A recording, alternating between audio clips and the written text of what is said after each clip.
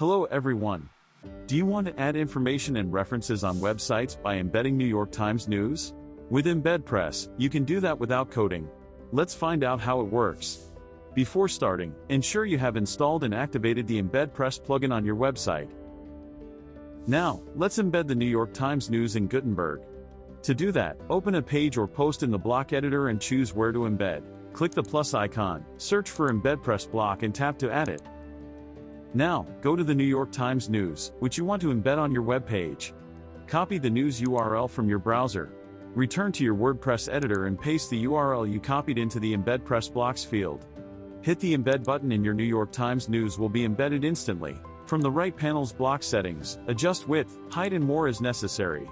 Once done, tap the Save button. Here is how your new embed will appear on the web page to the visitors.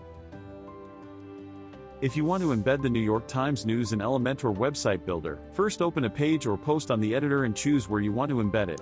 From the left panel's widget section, search for WordPress and drag it to the desired location.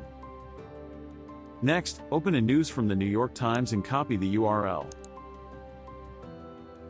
Going back to the Elementor editor, paste the copied URL in the designated field.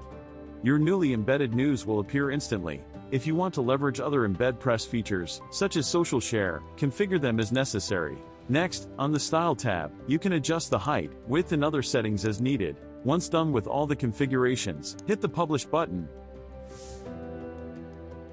Here is how your embed will appear on the web page. And that's it. You have successfully embedded the New York Times news on your website without coding. Did you find the video helpful?